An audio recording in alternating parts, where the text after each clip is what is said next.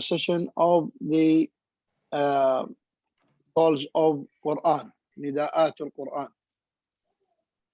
ونحن اليوم مع النداء السادس من نداءات القرآن.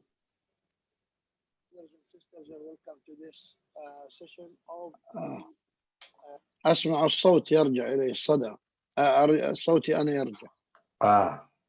نعم تفضل. نعم. وكنا في اللقاء الماضي in the last session we talked about كنا تكلمنا عن أول نداءات القرآن لبني إسرائيل. We talked about the first call of the Quran to بني إسرائيل, the children of يعقوب.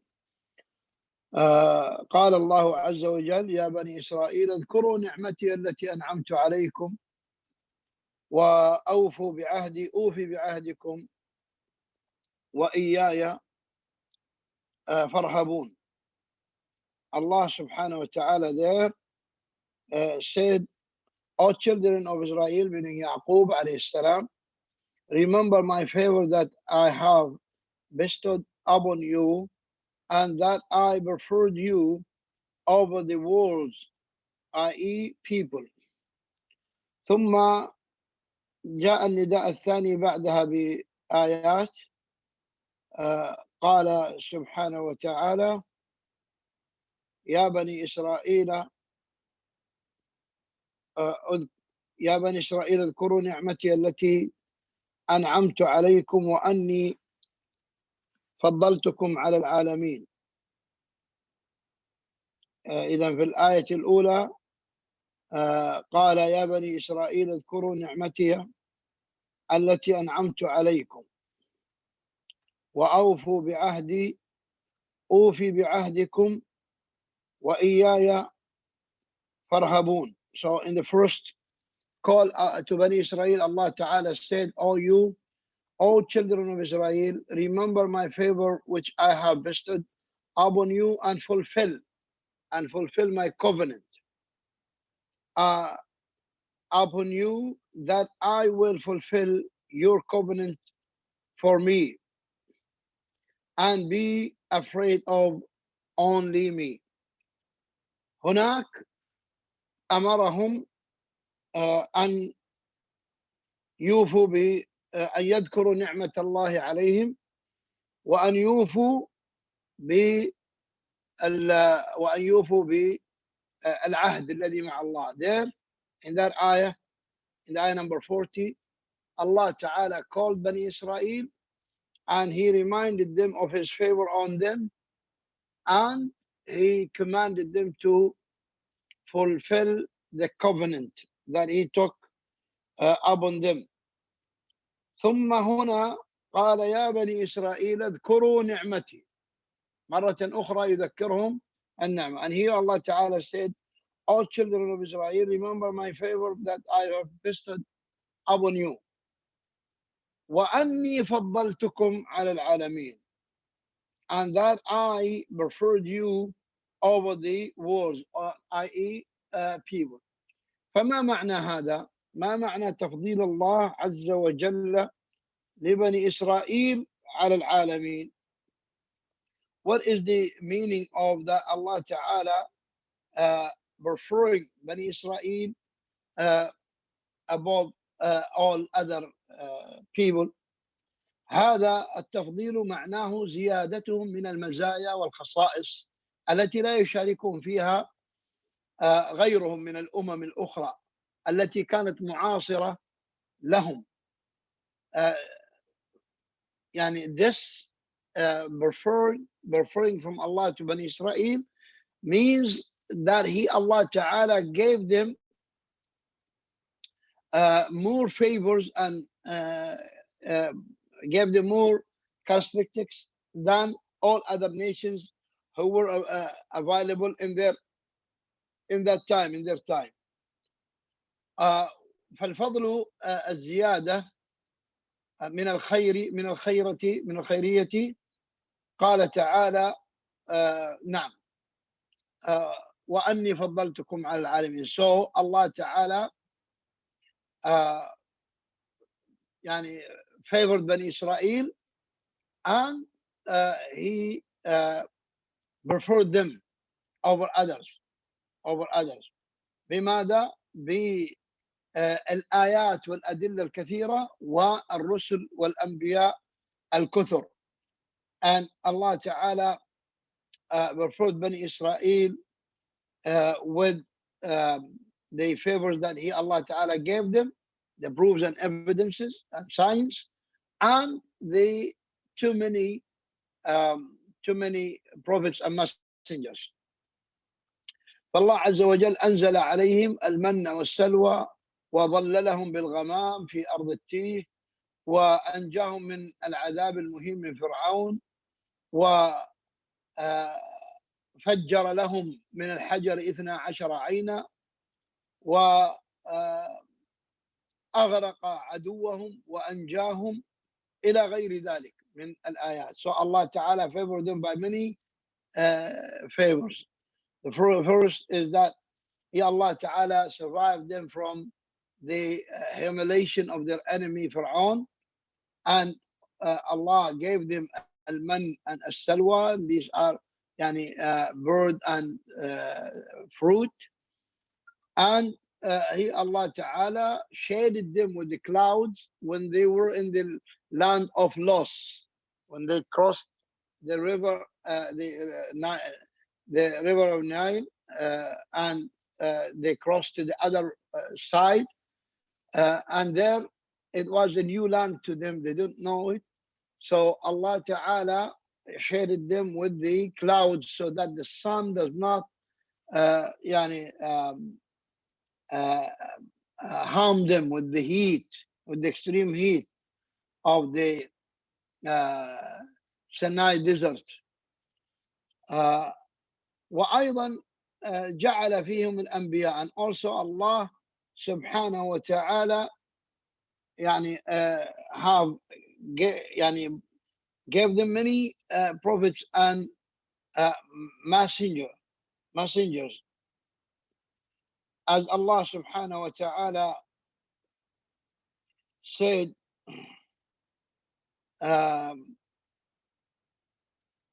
ولقد آتينا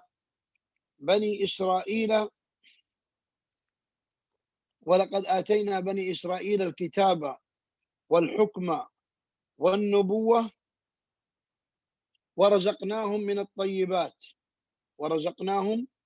من الطيبات وفضلناهم على العالمين وآتيناهم بينات من الأمر فما اختلفوا إلا من بعد ما جاءهم العلم بغيا بينهم إن ربك يقضي بينهم يوم القيامة فيما كانوا فيه يختلفون. As in Surah Al-Jathiyah, ayah 16, Allah subhanahu wa ta'ala said, and we did certainly give the children of Israel the scripture and the judgment of prophethood, and we provided them with good things and preferred them over the worlds, and we gave them clear proofs of the matter, meaning the religion, and they did not defer except after knowledge had come to them out of jealous animosity between them. Indeed, your Lord will judge between them on the day of resurrection concerning that over which they used to defer. والله عز وجل ذكر أمر بني إسرائيل في القرآن كثيرا, and Allah subhanahu wa ta'ala has mentioned the matter of Bani Israel in the Quran, the example and the parables in so many places. والمقصد من ذلك والمقصد من حديثنا اليوم هو أن هذا التفضيل لا يعني أن من فضل مضمون له الجنة ومعذور فيما يأتي من مخالفات شرعية. And the benefit of the talk of today is that they they um, they referring of Allah of people of a people, that does not mean that they are uh, pleased, that Allah Ta'ala is pleased with them forever, or that they are guaranteed the Jannah, or that they guaranteed the Jannah. No, but means that they have to estimate this thing that Allah gave them and be thankful to Allah the Almighty by obeying His commands and obtaining on His way that He showed to them clearly through the prophets and messengers, and especially at the time of Prophet Muhammad sallallahu alaihi wasallam, when he was sent. Then they have to leave everything in hand and come and follow Prophet Muhammad sallallahu alaihi wasallam and take the book that he was given, which is the Quran, but not others. Wallahu a'lam, wa sallallahu ala nabiyyina Muhammad wa ala alihi wa sahbihi.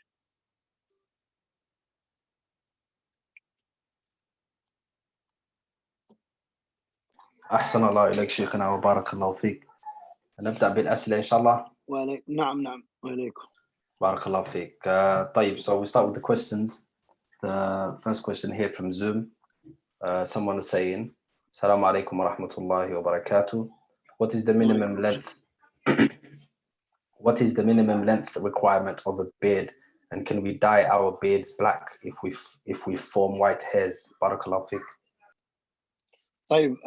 First of all, when you receive the message, a question from anybody began with salam, you do not read the salam, because the salam is maybe for you, it's okay. But the salam, the etiquette of salam in Islam is to be said when you enter the class or the room or the place where others are sitting.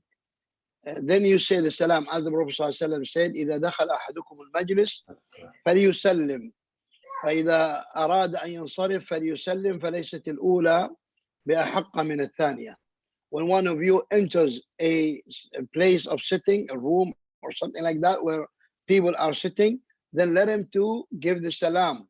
And when he ever intends to leave that place, then let him to give salam, because the first does not deserve salam more than the other. Meaning, when you enter, does not deserve the salam more than when you are leaving. Why? Because salam means peace. So you ask Allah when you came into that place that Allah send peace to that place while you are in, and also when you are leaving, you ask Allah to send salam, peace, to that place which you are leaving.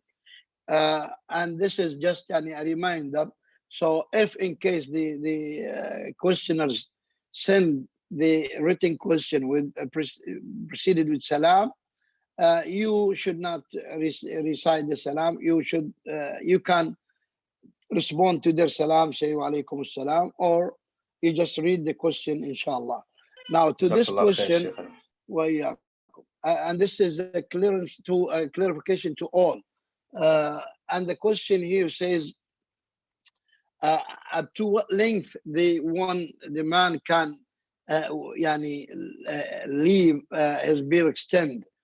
Well, this is a matter of different opinions amongst the scholars.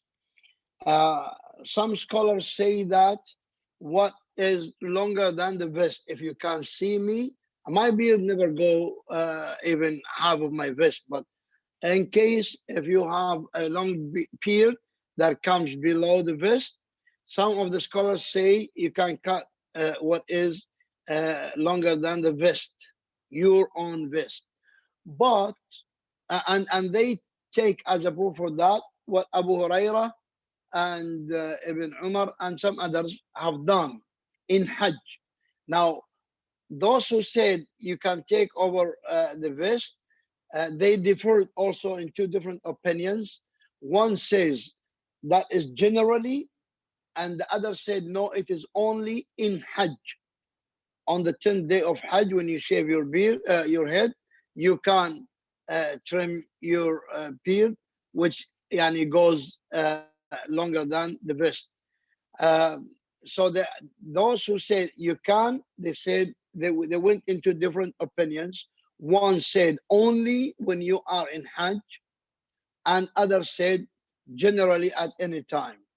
But I myself go with the opinion that most of the scholars take, that you leave your beard as Allah created it, because the Prophet ﷺ, in more than 5 hadith, he commanded to leave the beard. He said, "Urkhul liha, wafirul liha, akrimul liha," and like that. Yani it says, it commands to leave it, grow as Allah Ta'ala makes it grow. So you leave it, that's the best opinion. If you take more than the best, that is an opinion of some of the scholars. And some others, according to the Madahib, they say that the obligatory length of the beard is only just as it can be seen, meaning, yani, even if it is just as big as my mustache, that would be enough according to them. But there is no any dalil.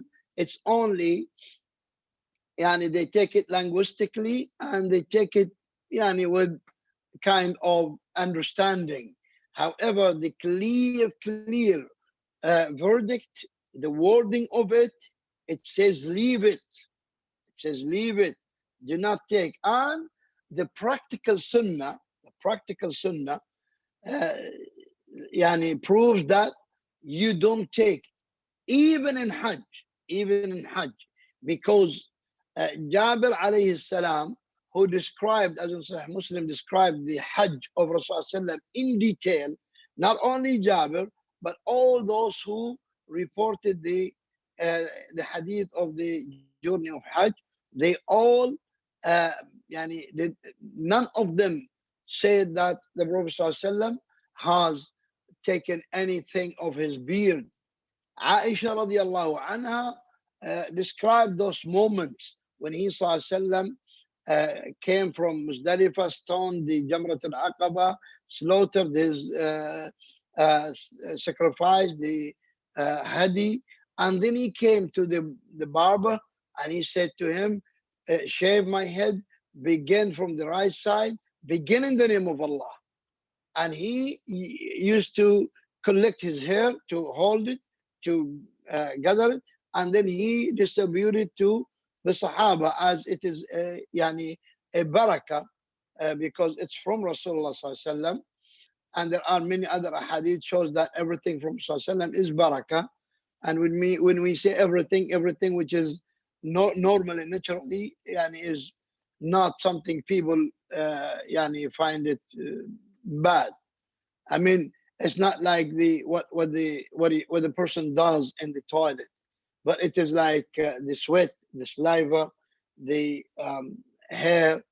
Now, so this, yani, this can yani be a proof that the Prophet ﷺ did not take from his beard. Now, but those who say you can't take, they say these Sahaba were known by imitating the Prophet ﷺ very exact, and they done it. But as we say that the Sahaba who described this Hajj described it very detailed, but they did not say that he cut from his beard. Aisha said, I used to perfume him on his head uh, before Ihram, before he gets into the state of Ihram, and once he comes out of the state of the Ihram, meaning after he shaves. So she did not say that I saw him cutting his beard. But anyway, these are the different opinions with their proofs and evidences. I prefer that says, leave it grown as Allah Ta'ala made it grow. Wallahu a'lam. Now, in regard to dyeing the gray hair is sunnah. as the Prophet ﷺ said, غيروا هذا الشيب وجنبوه السواد. This extra statement, Isa ﷺ said, change this shape or gray hair. And he said, but avoided the blacking or black color. Now this extra statement, and avoided the black color, the ulama deferred on the authenticity of it. However, it seems that those who say it is authentic have more evidences than the others, and their evidences are more strong than the others. So dye it with any color, but not with black. Wallahu a'lam. أحسن الله إليك شيخنا وجزاك الله خير. شيخ سائل يسأل هنا قال: أحسن الله إليكم يا شيخنا، قلبي دخل فيه مرض الشك منذ مدة، فكيف التخلص من هذا المرض؟ نفع الله بكم. So the questioner says, oh Shaykh, I have doubt that has entered, or the sickness of doubt in Islam has entered my heart for a while now. How do I remove this sickness? الشك من الشيطان وهو علامة الإيمان. Doubts in belief is from shaitan, and it is a sign of the correct iman. والواجب على المسلم أن لا يتجاوب مع الشك. And what is obligatory upon the Muslim is that he does not go along with the doubts. بل يطرحها ويعمل بخلافها. But he just ignore it and act opposite of what it calls to.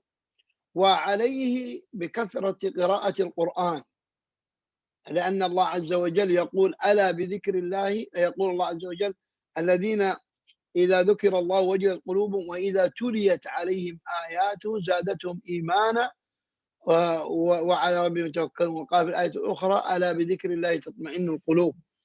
As Allah subhanahu wa ta'ala said, those who, whenever Allah is mentioned before them, this increased them in iman, and this will make their heart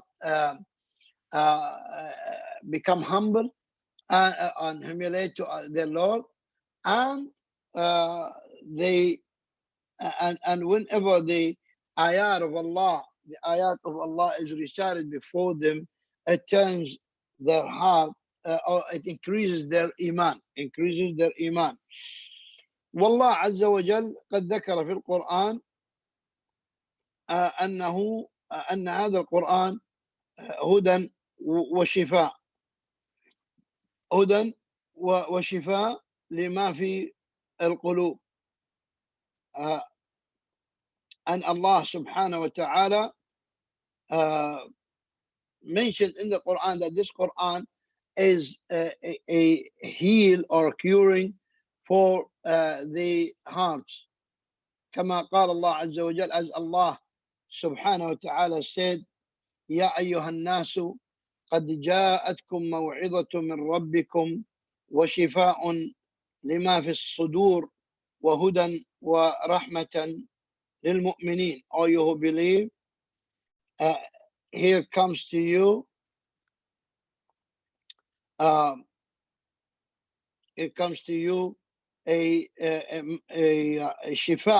shifa, or a heal or curing of what is in the hearts, of what is in the heart of mankind.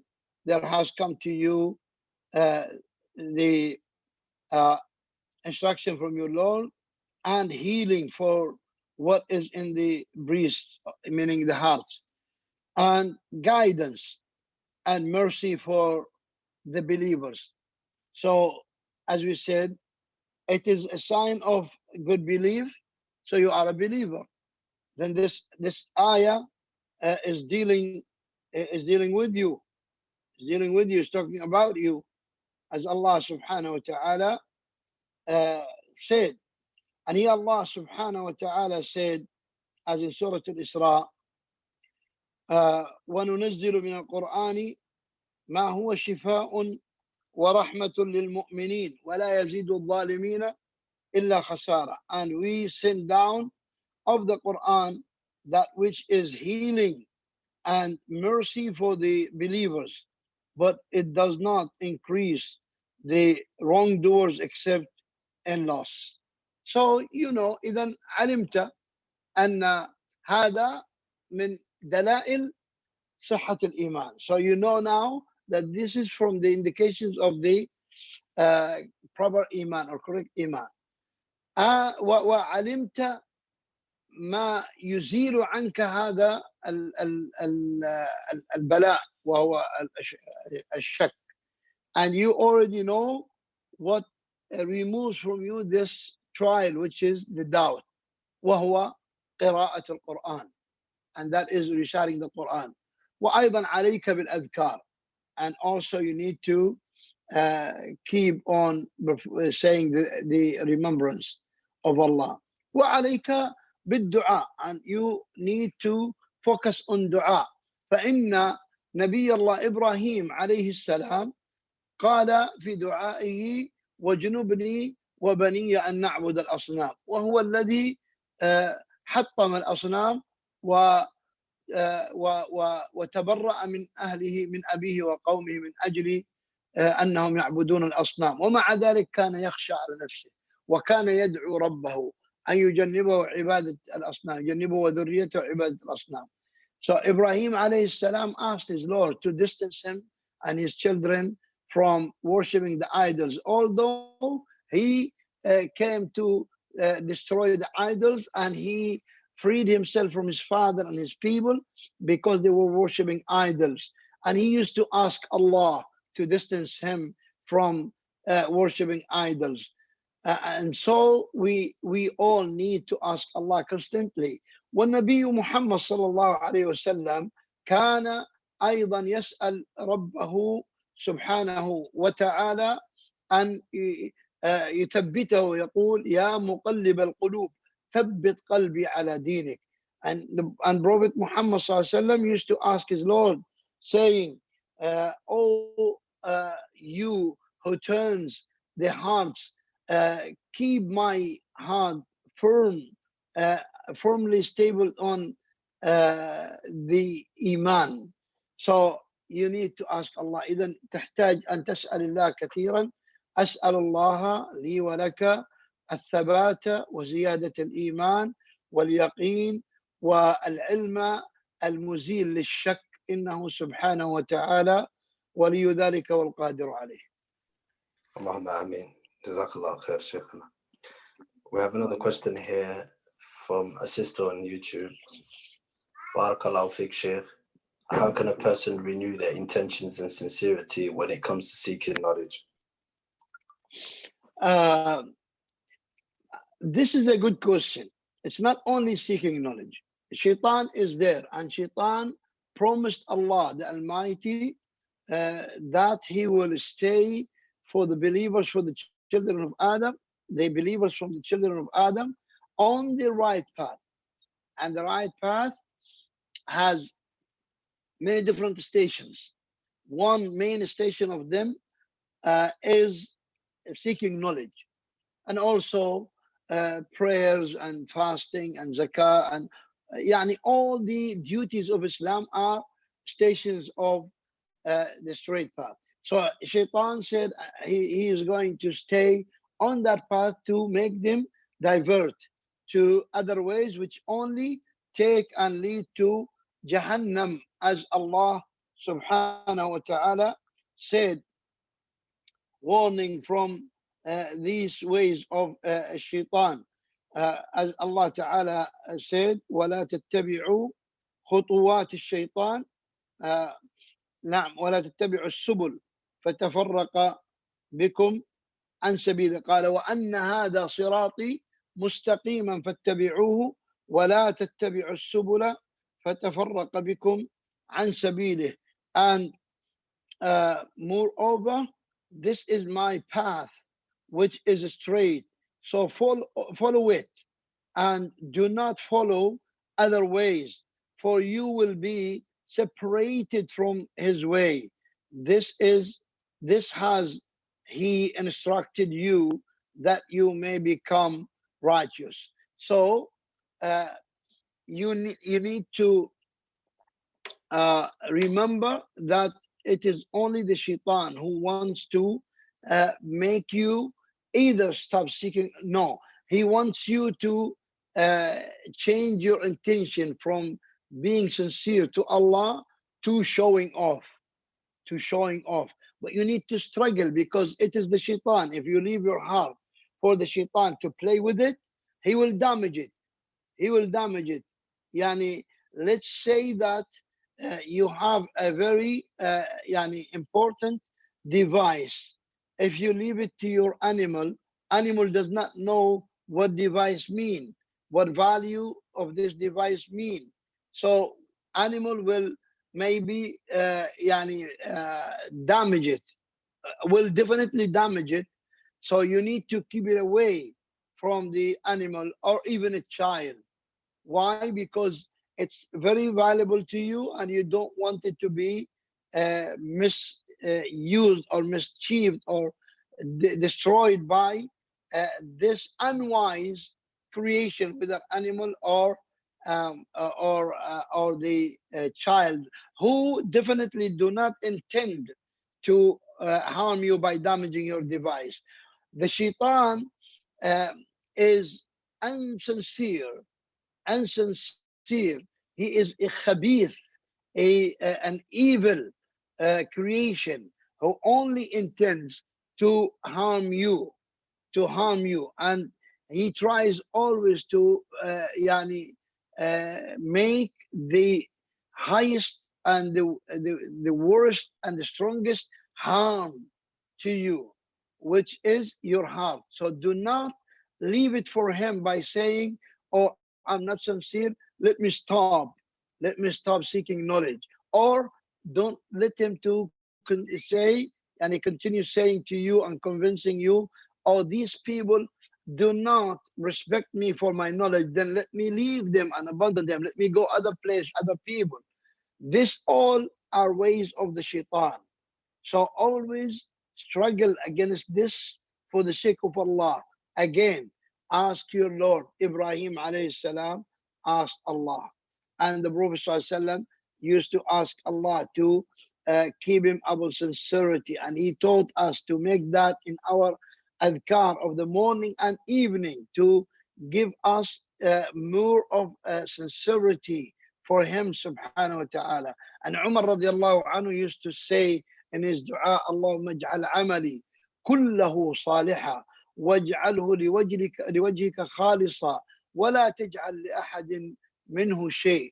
Umar radiallahu anhu used to say, oh Allah, make all my worshipping deeds upon righteousness and make it all for you sincerely, and make nothing of it for any of your creation or for others. So we need to keep on making dua that Allah protect us from the shirk, as the Prophet ﷺ taught us to say in the adhkar of morning and evening. Allahumma inni a'udhu bika نعم من الشيطان وشركه إني أعوذ بك من الشيطان وشركه. So you ask Allah to protect you from the shaitan and the shirk of the shaitan. Wallahu a'lam. أحسن الله إليك شيخنا وبارك الله فيك. We got another question here from Zoom. Question that says, is the woman's voice an aura? La, the woman voice is not aura. The Prophet ﷺ used to talk to the woman used to talk to the Sahaba. But what is not allowed in regard to the voice of woman is to beautify it, to smooth it when talking to other than the maharim.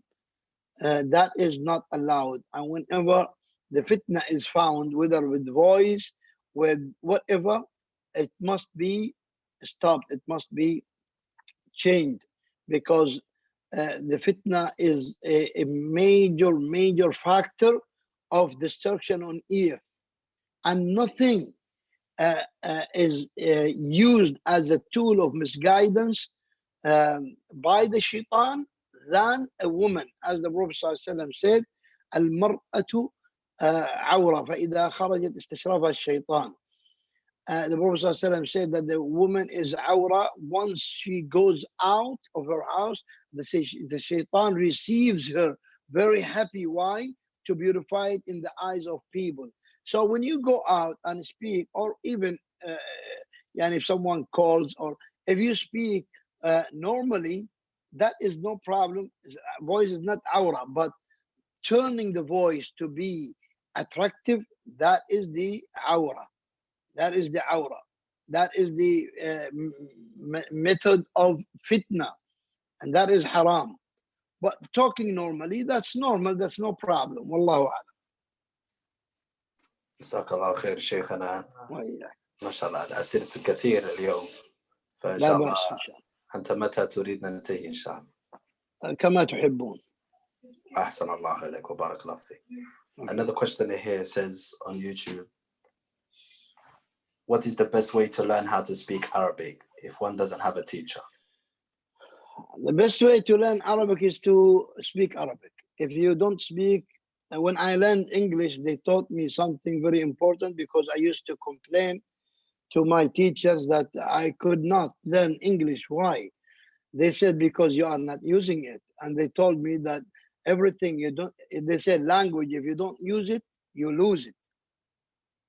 I saw many of the graduates of Medina University who they do not graduate until they are very fluent in Arabic. But now I see them, they are very weak in Arabic. Why? Because once they returned, they started using English more than Arabic. So because they are not using it constantly, they are losing it. So all what you need to do is, alhamdulillah, now you easily can speak Arabic, because especially in the UK, there are many Arabs now there. But the problem is, as I saw, when they meet, even I saw that two Yemeni brothers, they meet, they speak in English, subhanallah. And they say, we can't learn Arabic. I met a young man in Canada who was speaking to me very fluently in Arabic and with grammars, and he know how to analyze grammar issues. And I asked him, where did you learn Arabic? He said, well, I taught myself Arabic. I taught myself Arabic. Believe it or not, I can't say about myself, I taught myself English. Yes, I learned. Yeah, but it was only just little. But my English, I ended because I wanted to learn for the purpose of da'wah. And I learned it old. I didn't learn it very young. But I learned it all because when I started doing da'wah 2001, and I went to Canada that time, first time, I found that my English was very, very poor. And so I started improving it, using it. And by the time I use every day, it increases. It's like a plant you plant and you keep watering. The day you stop watering, it stops growing. And like that. And if you more stop, it does not only stop growing, it starts becoming weak, then yellow, then dry, then die. And that's how the language is. So if you want to learn Arabic, first of all, before finding a teacher, find a group of Arabs to speak to, and say to them every time they want to speak to you in English, you force them to speak Arabic. You reply in Arabic. And don't feel shy to make mistake, because mistakes are the keys for success. No mistake, no success. Wallahu a'lam. Jazakallah khair, Shaykhana. A question here asked from Zoom. Doctors have been given a surgical mask to work with that protects them from coronavirus, but it requires them to shave their beards off if they have it. Is it allowed to shave? Barakallahu fi. Wallahi, shuf, this matter is a matter of subhanallah. I in the beginning of the coronavirus issue or thing, um, I was asked this, and I really was hesitating. And some of them doctors in the West convinced me that they can't wear it, or they can wear it, but it's not worthy with the beard because it still allows. That's what they said. Up until a doctor, a Saudi doctor, came up and he shaved his beard. Ikhwani doctor. He shaved his beard in a video, and he spread it widely, saying that there's no problem. And he shaved his beard clear. And he said now the mask can work. But there came some very religious doctors, medicine doctors, who are practicing their deen very well. And they refuted this, and they showed themselves wearing it with the beard, and it was working fine. So I'm afraid that it's a chance for those who do not like to see you on beard, because as Shaykh Abu Bakr al-Jazairi rahimahullah ta'ala said that the hyenas do not want to see lions. Hyena doesn't have beard, and the lion has beard. Hyenas want to see the lioness, which has no beard. Sheikh Abu Bakr al-Jazairi, I still remember this lecture nearly 30, 35 years ago, when he said, these people are making blades for you, and they said this is good for men. Why? Because they want men who looks like women with no beard, so they don't get afraid. They don't get scared. As you all know, that people attack women because they know that women are weak. But they don't attack men because men are strong, like them. And one with beard, they get afraid of him more because he shows how a real man he is, how tough he is if they come to issue of fighting.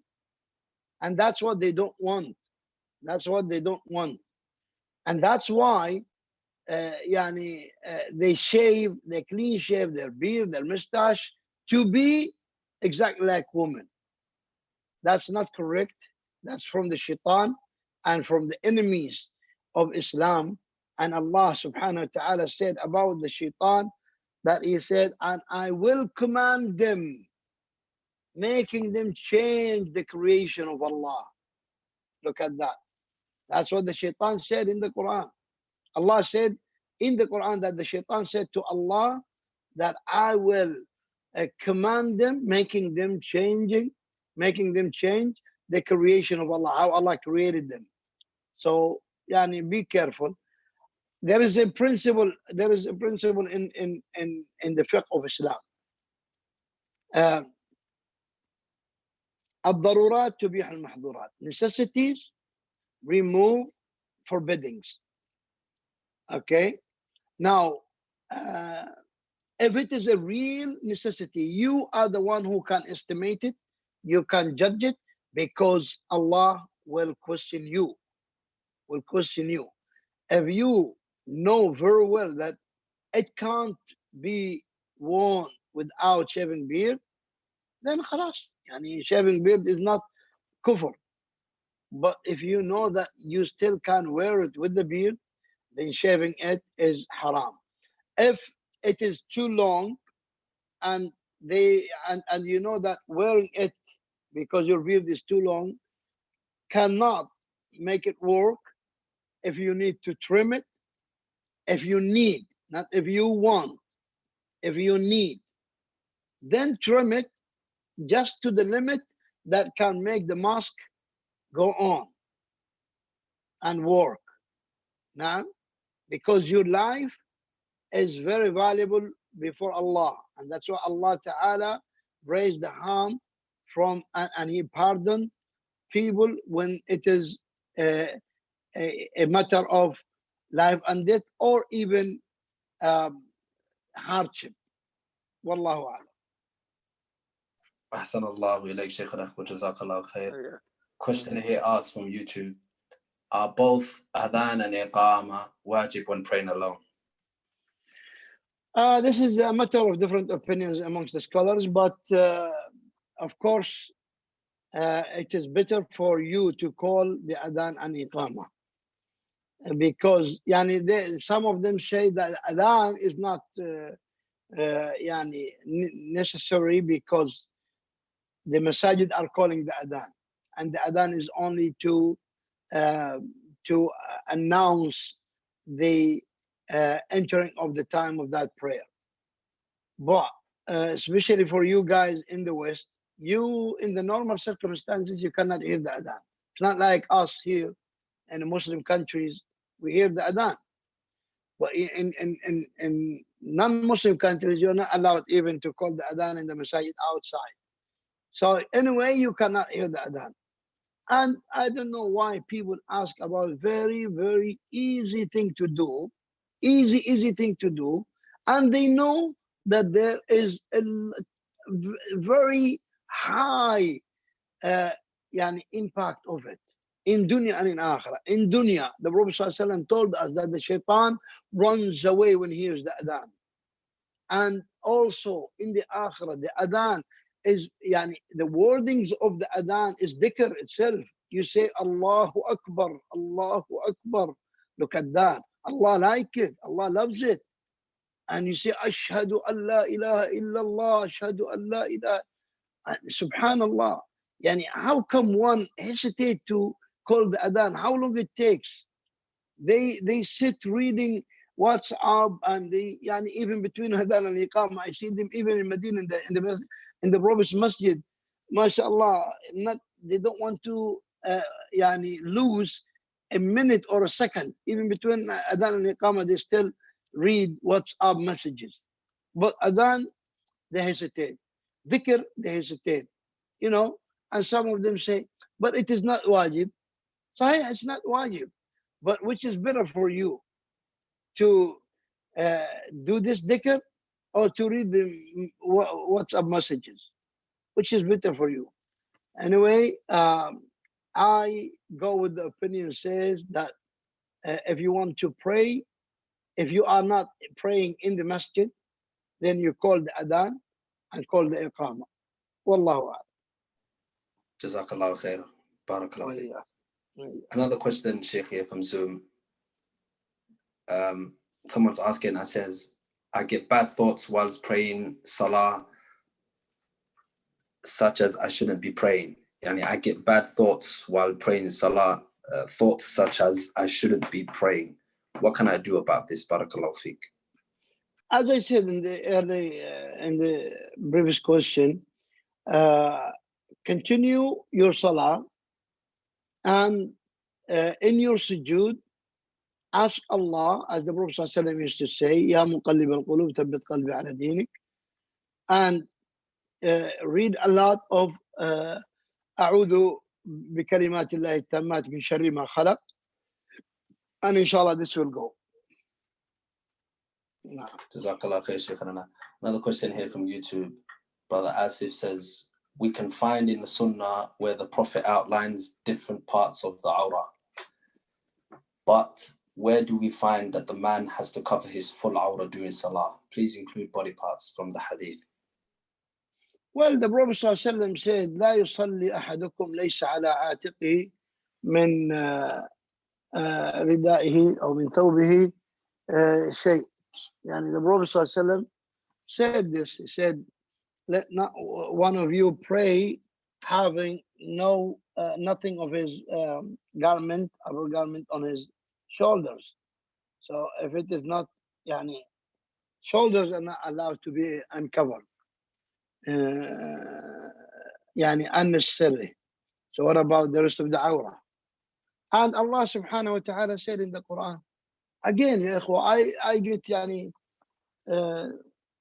wondering to how the shaitan can easily take the hasanat out of our records. by making us not to do things that bring us hasanat. Subhanallah, Allah Ta'ala says in the Quran, Ya ayyuha alladhina amanu, khudhu zinatakum inda kulli masjid. All you who believe, uh, get your beauty before every salah. Masjid here means salah. Subhanallah. What is the beauty? How come I meet people like this, and when I come to pray, I remove the clothes and pray without just covering the private part? It's not logic. It's not logic. When you pray, you are standing before Allah, the King, the Lord of all kings. When you are going to meet the president or the prime minister or the queen, even the queen in England, which has no power, just honoring a position, you still want to be dressed very, very, very well, extra, extra, extra, extra well. So what about Allah, the Almighty? Now you have to not only cover. Al-Imam Shafi'i and Imam Malik, they used to have special clothes for the prayer, especially night prayers, perfumed, and they keep them in the cupboard. When they come to pray, they wear them and beautify themselves in their house. So we have to come to, as some call it, meeting with Allah, and come in a nice format. Wallahu a'lam. Jazakallah khair, Shaykhana, barakallah fi. Another question here from Zoom. It says, لحظة.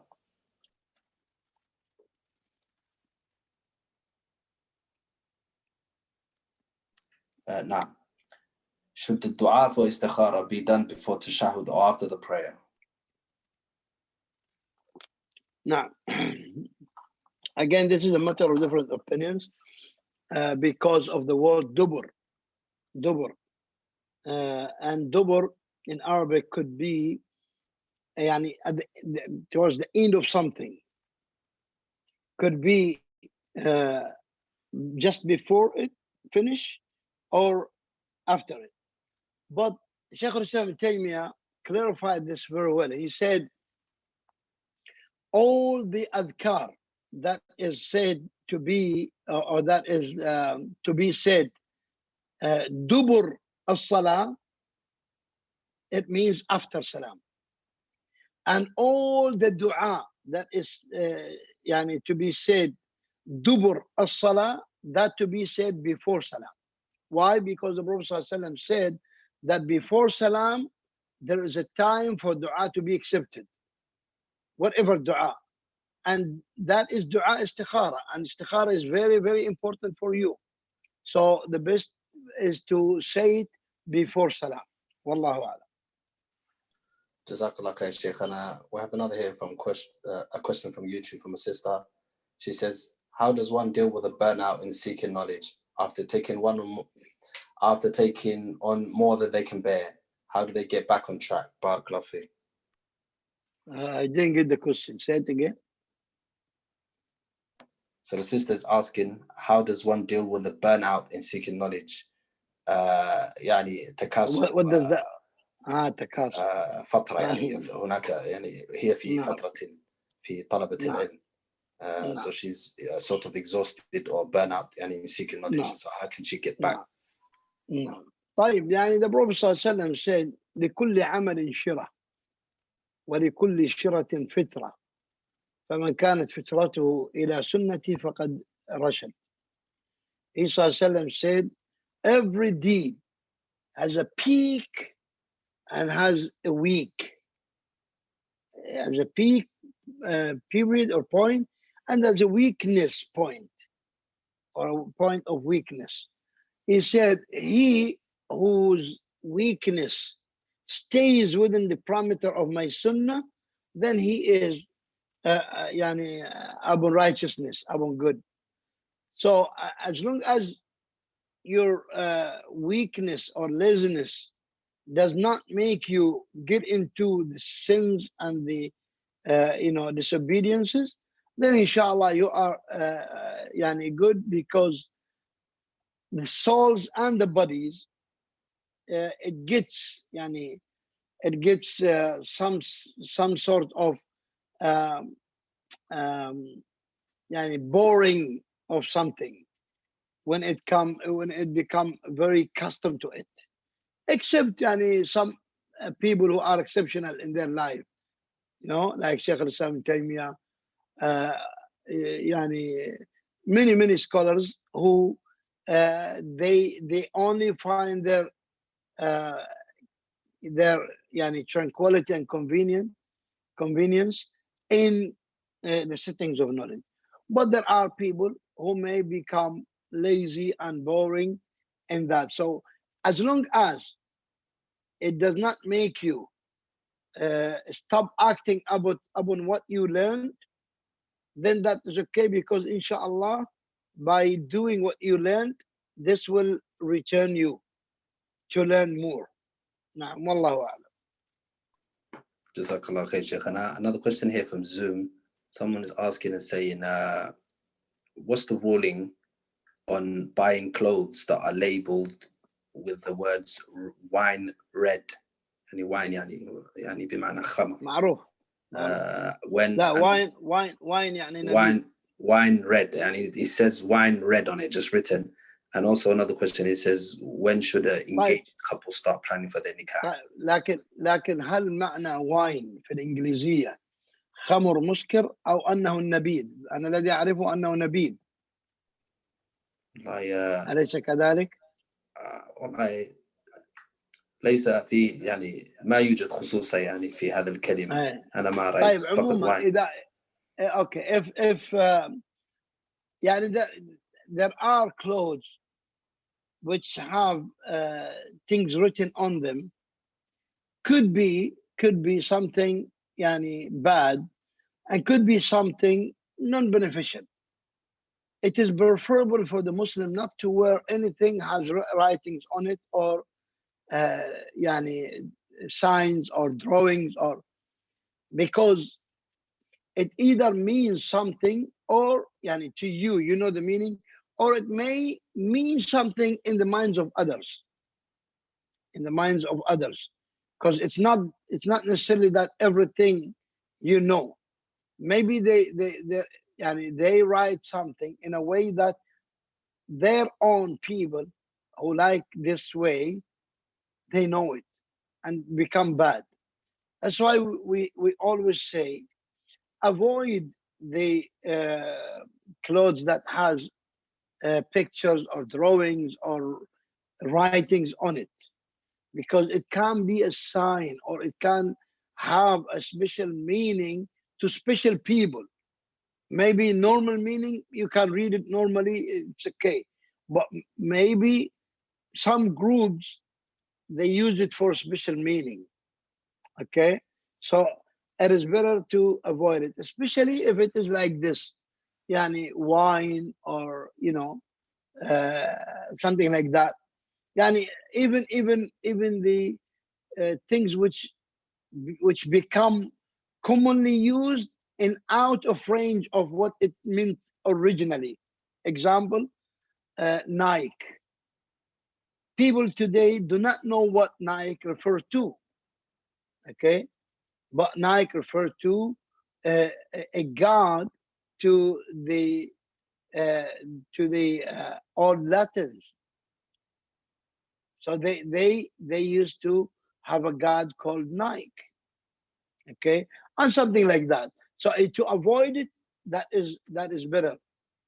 That is better. نعم والله أعلم. بارك الله فيك شيخنا. Another question here from YouTube we have. شيخ متى تحب إن شاء الله ننتهي؟ نحن تحت أمرك. بارك الله فيك. أبدا، تفضل إن شاء الله. إذا وجدت أنه شيء تعبت سأقول لك. جزاك الله خير. الله يحفظك. Here a question is saying, What do you recommend a newly practicing Muslim to do in regards to seeking knowledge apart from the Quran? Are there other books you recommend one should start with? What I recommend new Muslim, a new practicer, maybe Muslim, but he wasn't practicing, and now he become practicing, is as Imam al-Awza'i, rahimahullah ta'ala, said. Imam al-Awza'i, he was the Imam of the people in Lebanon, in Beirut. He said, إذا أراد الله بالفتى والأعجمي خيرا قيض لهما صاحب سنة عند أول أمرهما. He said, when Allah Ta'ala wills good for the youth and the new Muslim, then Allah Ta'ala, will bring them a Shaykh or a teacher or who is upon the Sunnah. And that is in the beginning of their practicing. Why? Because as the ulama say, that the person goes with the first teachings.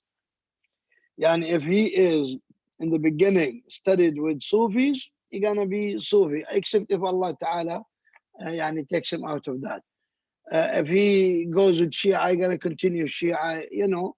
It depends on how he started. And in a very rare occasions, people, Allah Ta'ala save them and return them back. But normally they continue.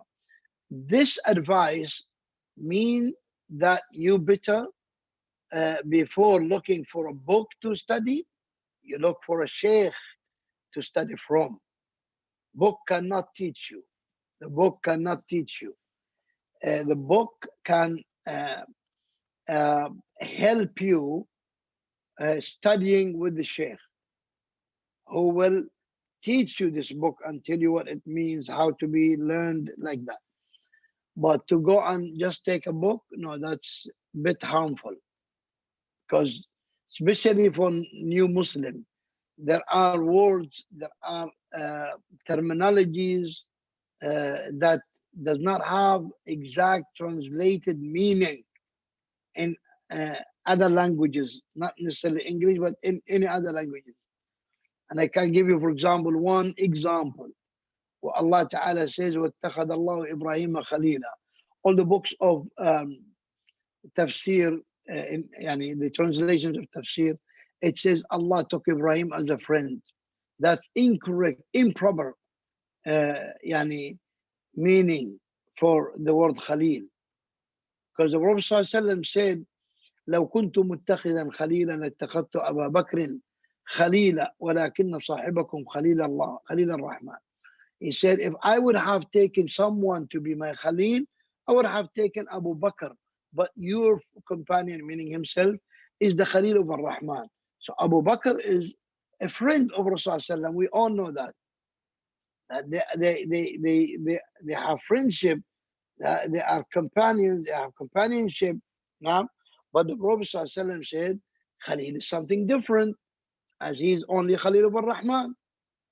So that means these people use this word, a friend, because they can't find a proper word to fill up that gap of meaning.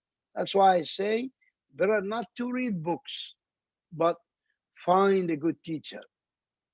Sit with him and he will teach you. Not necessarily to be a big alim. No, a student of knowledge. A student of knowledge is enough for you to teach you the beginnings. Wallahu a'lam.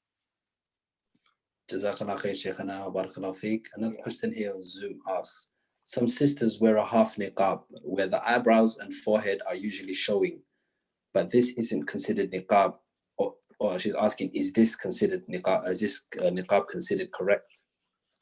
No, it is incorrect, because this makes more fitna. This makes more fitna. The niqab must cover the whole face, and the word niqab comes from the naqb, and naqb is a hole. As Ibn Abbas said, that the woman can make one hole for one eye to see. Some ulama said no problem to make two holes for the two eyes just to see. but to yani, bring out the eyebrow or the forehead, that's of course not the niqab which meant by the Sharia.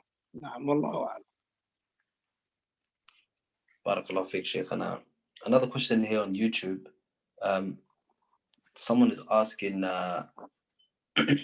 or sister's asking, what are the virtues and importance behind learning manners before seeking knowledge? Yani, could you explain why we're so heavily advised to learn about it first, meaning manners? Because without manners, you are going to wrong your teacher. And this is seen many. Yeah, I give you one example. When I was very young, we were studying with Shaykh Abdullah al-Ghadiyan, rahimahullah. And there was a very younger than us, very, very young lad, who was about 14, 15. And the Shaykh just started the dars, and he was speaking, giving the introduction and the introductory wording and like that. And the young lad was raising hand like that. The Shaykh thought that this boy is very, very polite, and he is in need for the toilet, but he doesn't want to leave without asking permission.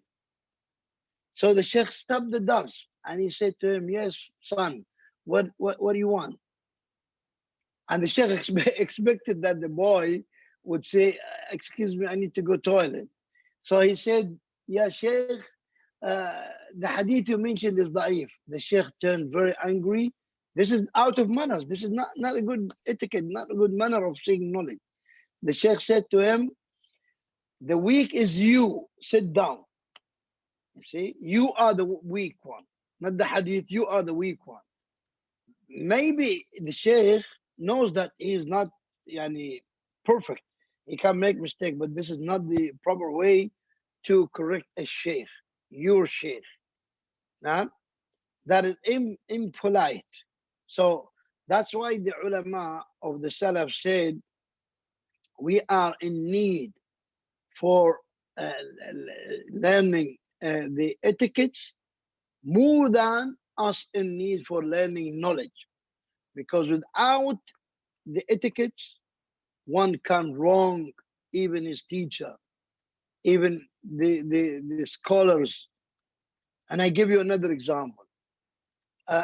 All the ummah today agree that Imam al-Nawawi has a high virtue over every single Muslim, at least minimum by Riyadh al-Salihin.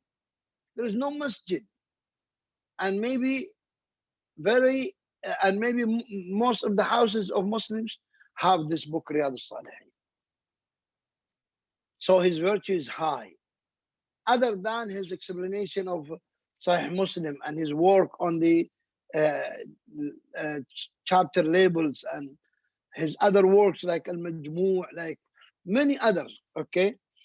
What some people, in the beginning of their seeking knowledge, they did not learn etiquette and adab and manners. So when they found the first chance that they come to know that Imam al-Nawawi was Abu Ash'ariyah, they immediately attacked him. As in one day, I was very young that time, we went to visit our Shaykh Hamad al-Ansari, Muhaddith of Medina, rahimahullah, in his library, in his house. Me and two other brothers. And we entered, we prayed Asr next to his house in Medina, and we came as first people.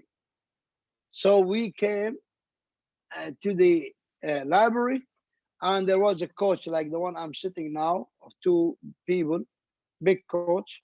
That was the Sheikh sitting because the Sheikh was big body. So the Sheikh was sitting alone, and we came into and we gave salam. And the Sheikh responded to our salam, and then he said, "Oh, youth, welcome youth. We were about to hate youth, but we cannot hate youth. meaning because they are of us. And then he said, come and sit down. Tell me your names. We said our names. He said, tell me your works. Everyone said what he is doing. Then the Shaykh said, 2 days ago, bunch of youth came to this place, to my library, and they sat from me exactly like this. And he appointed just a space before him. And he said, and they had one like their yani, Amir or their president or their head. And he said, Ya Shaykh, you have to bring out the books of al-Mubtadi'ah from your library. The Shaykh said, I said to them, books of al-Mubtadi'ah? What? These books of al-Mubtadi'ah in my library? Those guys said, the books of Ibn Hajar and al-Nawawi. The Shaykh said to them, see, this is impoliteness. This means that these people did not learn etiquette, did not learn the manners, the adab. The Shaykh said to them, okay, you go work on Sahih al-Bukhari and Sahih Muslim. Give a proper explanation of all types of knowledge found in them. Knowledge of hadith, knowledge of aqidah, knowledge of language, knowledge of inheritance, knowledge of tafsir, knowledge, every detail with no mistake, no single mistake. And when you finish, you bring them to me, and I will burn the books of Ibn Hajar and Nawawi. The Shaykh said, they went and they never came back. We said, yeah, Shaykh, they will never come back. Who can do this, Shaykh? He said, that's why I said we were about to hate youth, because youth has zeal. They don't want to be patient and learn the adab before the knowledge, and learn iman before the Quran. We have to learn these things because these things beautify our souls, beautify our hearts, beautify our approach. So when we come to deal, we deal with a nice manners, a nice way. Wallahu a'lam. And here I ask you to pardon me because it's already quarter to 12 midnight here. حفظكم الله وبارك فيكم. When is our next session? Tomorrow? So inshallah, tomorrow we continues, but this time we're going to make it 8:30, inshallah, because here in UK, Maghrib is moving up. No problem, inshallah. Jazakallah khair. Sheikh, may Allah bless you for your time. Ameen. Jazakumullah khair all for your patience and for all what you did. And may Allah Ta'ala increase your iman, increase your knowledge. May Allah Ta'ala make us all be saved until we reach Ramadan. And during Ramadan, after Ramadan, and may Allah Ta'ala make us from those who do righteousness in Ramadan and be accepted from us. Assalamu alaikum wa rahmatullahi wa barakatuh. Wa alaikum assalam wa rahmatullahi wa barakatuh. So brothers and sisters, we continue inshallah tomorrow. 8:30 will be the time this time. And a poster will be sent on our social media page, Al-I'tisam Bisunnah, Instagram, Twitter, Facebook. May Allah preserve you all. And inshallah, come back with your questions tomorrow. Assalamu alaikum wa rahmatullahi wa barakatuh.